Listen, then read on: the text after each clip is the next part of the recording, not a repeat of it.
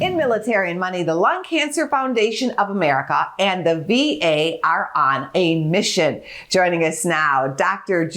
Moghanaki, a lung cancer specialist and chief of thoracic oncology in the UCLA Department of Radiation and Oncology. He's also the co-director of the VA Lung Precision Oncology Program. And we also have with us Jim Pantelas, a Navy veteran and an 18-year lung cancer survivor who's worked for 15 years to increase funding for lung cancer research. That's awesome.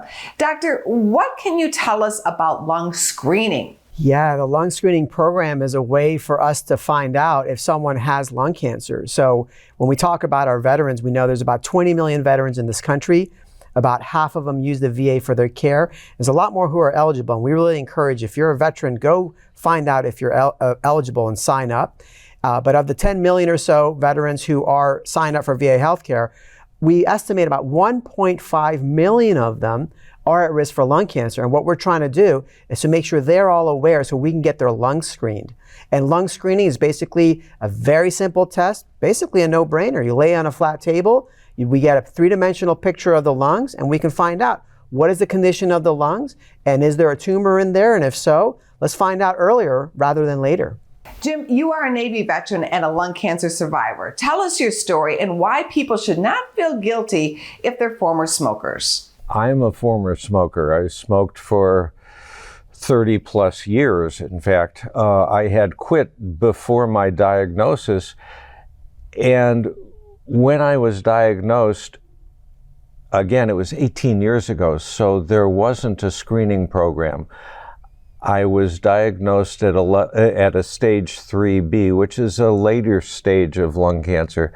I had to have surgery, chemo, and radiation. If we had moved that forward 6 or 7 or 8 years and was able to catch it through a lung cancer screening program, I would have probably been able to avoid some of that by catching it earlier.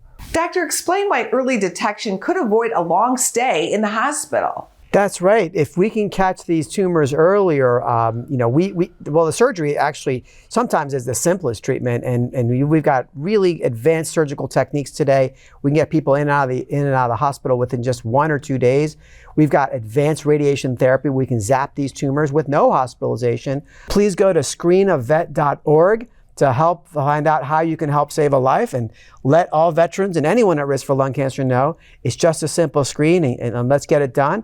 And we also want everyone to know that both the VA and Medicare and also private insurance companies are now covering the cost of the screen. So we think it's a no-brainer, and we encourage everyone to consider getting their lungs screened. Thank you both. Thanks for your service, and we wish you the best of health. Thanks so much, Andy. Thanks for giving us the time. Go to businessfirstam.com for where to see our show on TV.